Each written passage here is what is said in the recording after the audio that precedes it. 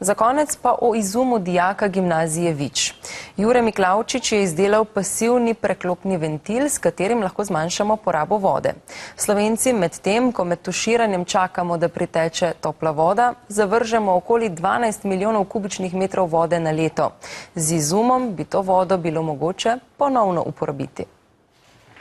17-letni Jure Miklavčič je izračunal, da v času tuširanja, medtem ko ljudje čakamo na toplo vodo, v tok izteče kar 13 litrov vode.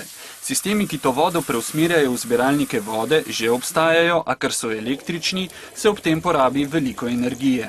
Tako sem prišel do izdelka oziroma izdelal pasivni preklopni ventil, ki črpa energijo kar iz tlastne temperature vode. Ta ventil deluje tako, da preklaplja med dvema iztokoma, iztokom do zbiralnika vode in iztokom do tuša.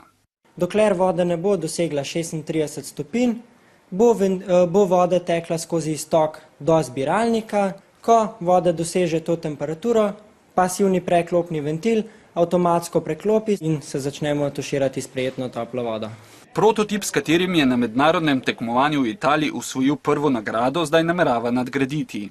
Ga želim spraviti na trg, rad bi, da bi se to na svetovni ravni prodajal. Mi znamo napisati, 36 ukrepov, ki stanejo 11 milijard, recimo gospodarska zbornica, takih ukrepov, ki stanejo pa rečemo 100 evrov, prinašajo pa dejansko milijonske dobičke, pa ne znamo upoštevati, niti jih ne znamo najdati.